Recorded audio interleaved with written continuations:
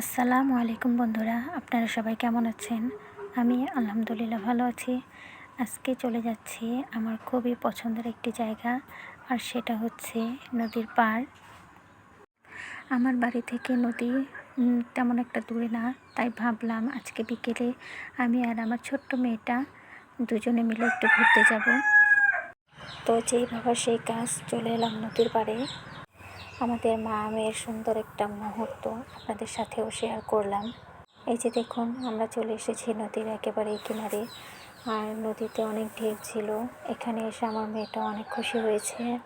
আমার কাছে অনেক ভালো লাগছে নদীটা দেখতে। আর বিকেলটা ছিল খুবই সুন্দর, দুপুরবেলাও বৃষ্টি ছিল।